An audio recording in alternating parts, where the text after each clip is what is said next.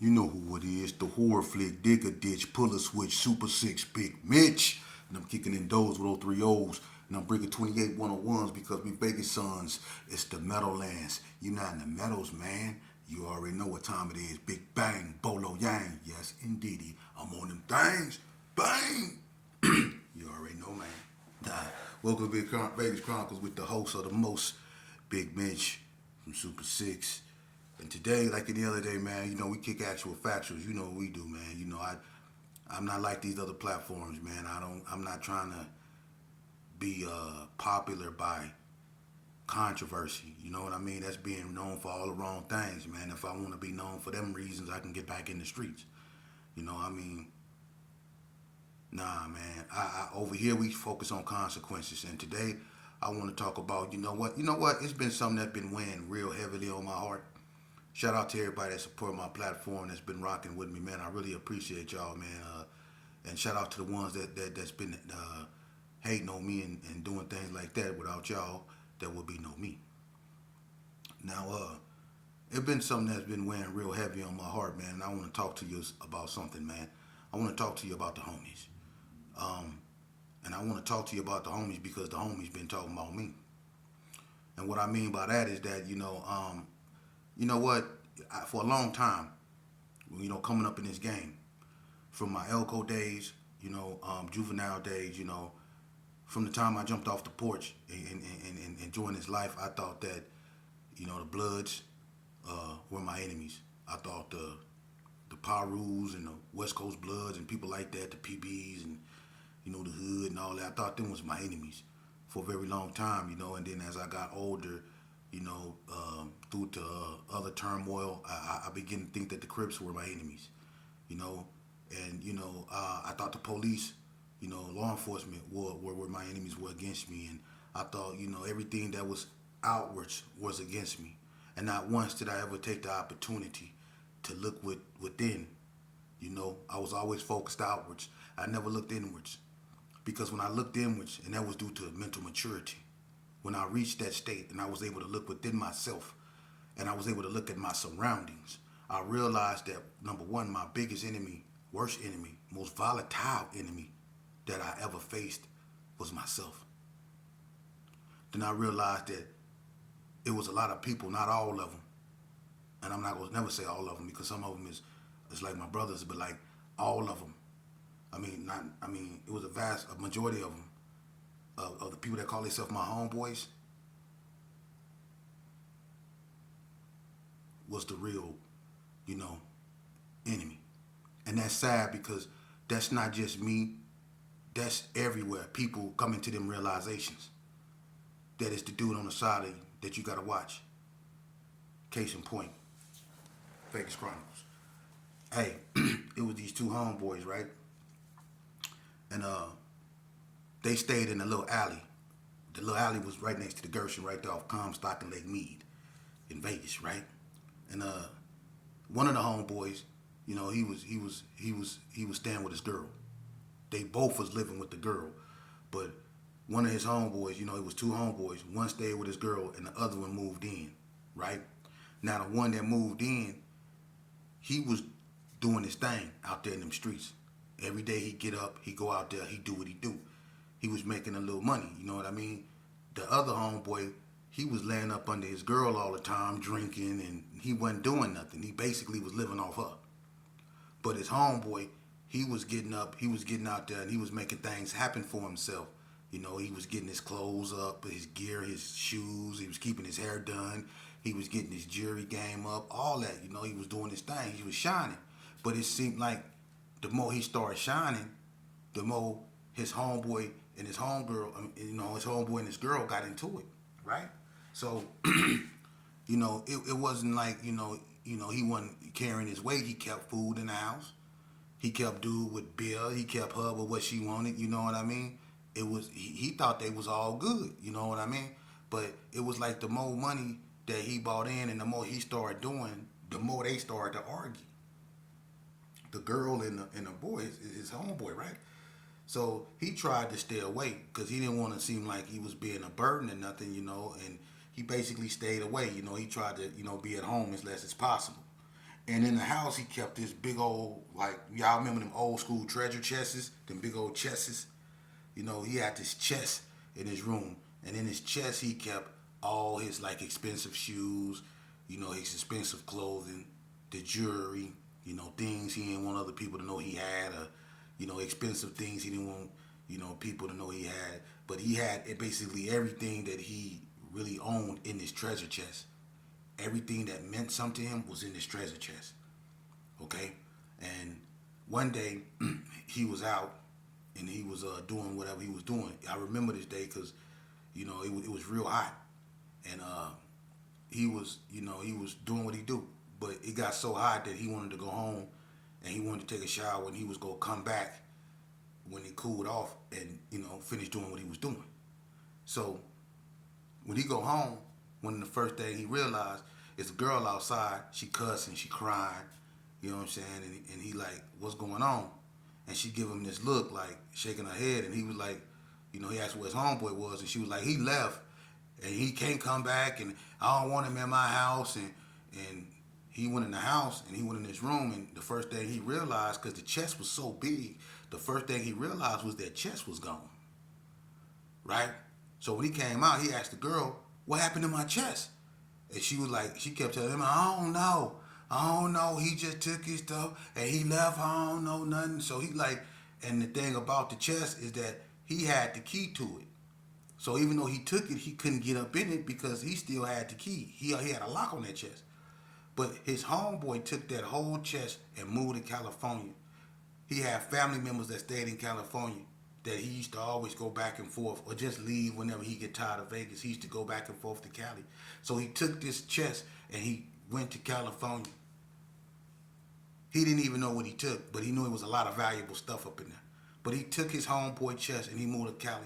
And the girl basically put his homeboy out because everything that he had, the money and all that, did nobody want to walk around with wads of money.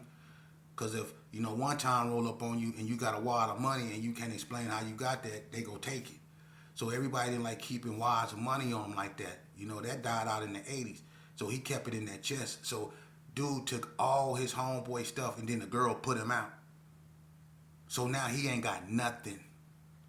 When I tell you this man literally cried till he, listen, when I literally tell you this man cried until he literally puked. He cried till he puked.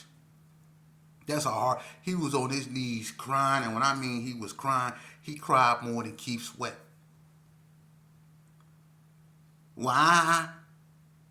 Why me, baby? You broke my heart. He cried. Why? Why me, baby? He was crying till he puked. But that's the homies, though. Mm-hmm. That's the homies. Why? Why me, baby? That's the homies. Yeah. Left that man without nothing, and then he was homeless. Mm-hmm. Oh, I got another one for you.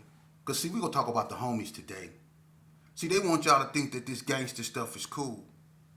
They want y'all to think that going to prison is okay, that that's a rite of passage. It's not a rite of passage. It's a failure. Being in prison ain't cool, man. But you leave it up to these cats? Let me tell you something about these cats before I get into this story. A lot of these dudes, let me tell you something, man. Back in the day, they wasn't even in these streets like that. They wasn't. A lot of these dudes that sit back and they criticize was the same dudes that was sitting back with their pom-poms. When back in the days when it was going down, they was out here with their pom-poms. They wouldn't get in the car and go do nothing, but they'll root you on to do it. They'll tell you how much of a loke you is, or how down you is, or how much of a dog you is on the phone when you in jail talking to them when they still free. They'll give you your props, but they go keep their freedom. But they go give you your props when you on your way to looking at a cold sentence. They go give you your props. That's what your homeboys go do. But when you change your life, or when God sees something up in you, and he decide to intervene, and you turn a new leaf and say you want to use your experience to save lives now. You want to use your experience to heal your community now. You want to use your experience to bring light on a problem that continuously persists in our neighborhoods. When you bring that to the forefront, you go see that these same cats that used to cheer for you go be those same cats that go hate on you because they want to be the ones doing it. They wasn't never doing nothing in these streets. These cats, a lot of them ain't got no story to tell. They don't, and if they do, they can't do nothing but tell you how much of a snake they were or what they had to do to stay out of that institution. Because there's a whole bunch of cats that's walking around here that's foul, and they know they foul. And there's a bunch of dudes that's walking around institutions that know these cats foul because they the reason they walking around them institutions. One of the hardest pills I ever had to swallow was this. Because, see, I was on too. Yeah, that happened to me too. And for a very long time, I was bitter. And I blame the person that did this on me. I was bitter for a very long time. But when I matured mentally and I allowed common sense to have its place, I realized that I had no one to blame but myself, because I put myself in them positions to be on. I put myself in them positions. I kept putting myself in situations that led me to being incarcerated, that led me to be in situations to things ended badly. I kept putting myself. Nobody made me do nothing. I put myself. That's why I said I was the biggest enemy that I ever faced, because I kept putting myself in unfortunate situations. For real. But dig this story. It was another cat. He was a Crip. Let's just keep it at that. He was a Crip.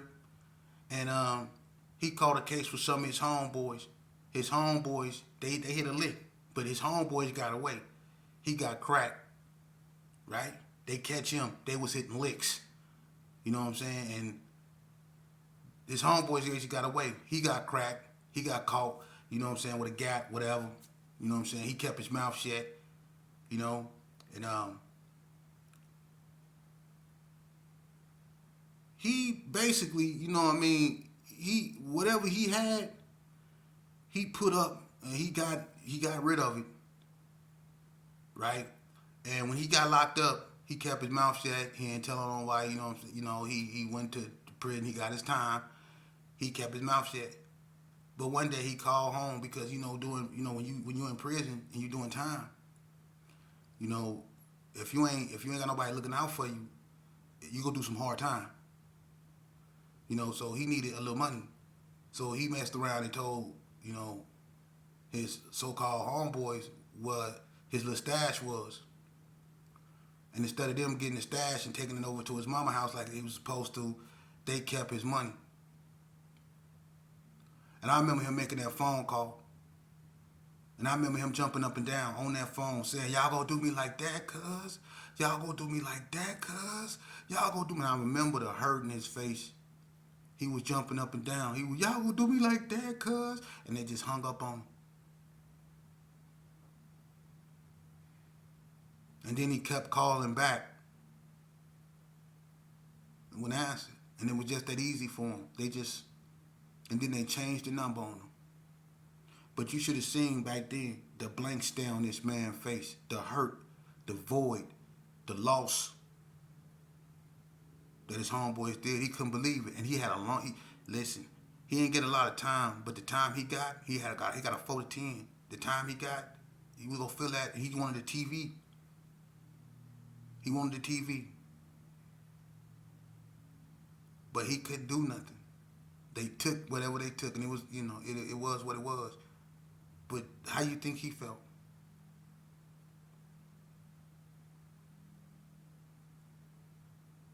That's real, man. It should be your homies. It be your homies, man. And my thing is this right here, man. You youngsters that's out here that pay attention, that if you watch my videos, one thing I'm not going to do, I'm not going to glorify this lifestyle. I'm not doing that. There's nothing glorious about this, man. Y'all need a real wake up call. Y'all being poisoned by this bull crap y'all seeing and listening to on this internet with these cats trying to stay relevant and trying to validate one another, looking like I don't know what. Another man can't validate another man. That'll never happen. A man can only validate himself through his actions. And if your actions are always reactions because of something somebody said, then you will always stay in unfortunate situations. You have to be a thinker. You have to be an independent thinker. You have to reclaim your individuality. You have to be able to know when enough is enough. You have to be able to know when something is not healthy for you. You have to be willing to cut stuff off. It might hurt. Yeah, it might hurt. But you have to learn to love yourself, and you have to learn if you want to be here and you want to have a healthy future, if you want to have a family, if you want to leave something behind, if you don't want to stress your moms, if you want to be a productive member of society, brother, you gonna have to cut some things go. You have to let some people go, man. For real. And one of the first things you need to understand, youngster, is that you don't owe nobody nothing. That's the first thing you need to understand. You don't owe nobody nothing. You know, you don't owe nobody no allegiance. You don't owe nobody no loyalty. And that's what's wrong. You give people all these things, these precious things that God, you know what, loyalty and honor and all that's precious. You get all these stuff to your homies, but you never give loyalty. You never give any honor to yourselves. That's why you go out like crash dummies. And you know how many people walking around them institution systems, that's all they doing is going around in a circle from one institution to the next institution, from one institution to the next institution. Crash dummies. That's what they are. Crash dummies. And there's some dudes up there that didn't really change their lives, that didn't really turned over a new leaf. And if given another chance, would be extraordinary members of society. But you know what? What they did was just a little bit too bad. And they not getting no more chances.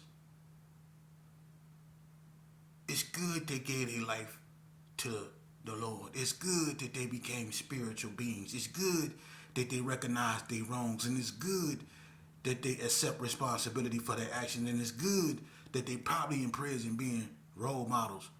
But that's where they go be. You see? You can be all those things and more out here. You don't have to go in there before reality hits you upside your noggin and wakes you up. You can listen to these words that I'm telling you, because you're not going to hear this from your OGs. You're not going to hear this. You might hear, let me get $2, homie, little homie. You might hear that. You might hear, let me hit that. Or let me get seconds on that. Or let me hit that after you. Or buy me a brew. Or have a shot.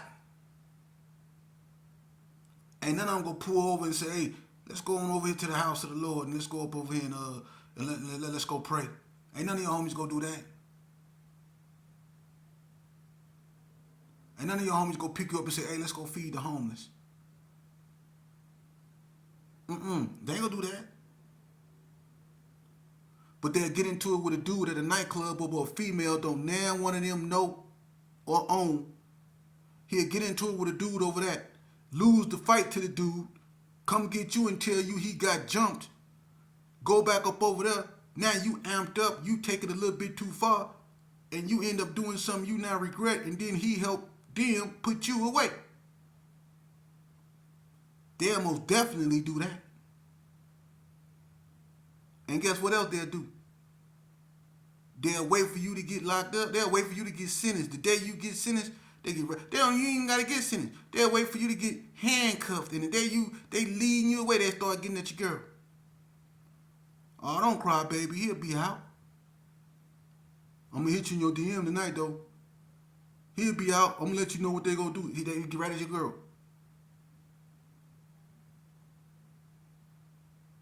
That's what your homeboy do. He'll sit at the table with other people and say, "Man, I can't stand it. I hate that. Oh my God, he make me sick. Oh my God, oh man, I wish he just. Oh my God, I hope a car just. Ooh, they'll sit there at the table and say all that about you. But as soon as you walk in, they'll be like, "Hey, my ninja, what's happening with you, man? Oh man, where you been? I was just talking about you, Brody. Yeah, man, I was just telling them, man, how much you the homie, man, and how you be keeping it real, man. Well, yeah, man, that's a nice shirt, too, man. Where you get that from, man? God, what's that, Gucci? Oh, that's tight, homie. I told y'all he be fly, man. That's your homeboy. That's your homeboy. Yeah, that's your homeboy. The one that see you shining. The one that see you not bothering nobody. The one that see you trying to be in your son's life. The one that see you doing good. You walking around with your fresh tank top on, your khakis, your K-Swiss, your Hawaiian silk. You got you a glass house up over there on some chrome ones. You know, you're not trying to do too much. You know, you just, you living. You got a nice little rope on with the creases on it. You know what I mean? You doing your thing. You ain't trying to be out there like that. You ain't bothering nobody. You know, you see your homeboys. You always stop. You know, say what's happening. To chunk up the deuce to them and keep it pushing. If one of them need a ride, you swoop them to the destination. Get on about your business. But you just cool like that, right? Well, they don't see it that way. Your homeboys don't see it that way. They think you arrogant. They think you all that. They think you too good to come around the homeboys. Your tank top too white. They can't afford no K-Swiss. They got S curls. They don't see it that way. They got on that fake jewelry they be selling up there. Remember them fake jewelry they used to sell up in front of the stores up over there? Them big nugget rings, the paint come off on them an hour later. Them big $2 rings, them big fake Turkish shit. Remember they used to sell that stuff right there? They walking around with that on. But they mad because you got a little, you ain't got nothing like that, but they mad because you got what you got. So you know what they do? They come up with a plan. They think you got more than what you say you got. Because you just walking around here too clean. You actually brush your teeth. And you don't do it with a Newport. You actually use a toothbrush. So they really mad now. Oh, they really mad now. They gonna get you now. Because you brush your teeth. They gonna really get you now. So what they do? They concoct a plot. Get you. Because they know you'll take them somewhere. They know you still got a little, empathy for them in their heart. You ain't no hater like that. So they take your kindness and they use it against you. Your homeboys. So they get you to take them somewhere in your whip. But on the way to the destination, things don't go as the plan. You end up in the trunk of the car somewhere, and it's just a metaphor. Don't take this serious. Some of y'all weird. I told y'all See, this is a metaphor, man. So calm it down, man. God, relax, breathe, lick your lips. Anyway, so you end up in the trunk of the car, right? And they take your whip and strip the rims up off of it. You tied up in the car. Your homeboys do you like that. Am I lying? Yeah. Your homeboys. But that's how the gang go, man. So to you youngsters out here, before you decide to get amongst your homeboys, you better think about what I just said. Because let me tell you something, little brother, or little sister, whoever you are. Let me tell you something.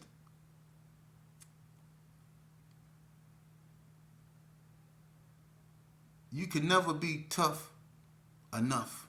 You can never be hard enough. I'm gonna tell you why. Because no matter what listen, I've been in these streets since '85. Before they started doing this, when they were still doing this, I was in the streets when they still was listening to Atomic Dog. Okay? Rapping Duke da ha da ha da ha ha ha. I was in the streets when you listen to that. Alright, so I've been in the streets for a very long time. And it never fails. The harder you live, the harder you go. And if you want to be tough, just take a ride along the cemetery, because that's where all the tough people at. That's where all the tough people at. That's why you can't be tough enough. You look at the cemetery, they got Billy Badass, and the Billy Badass this over there.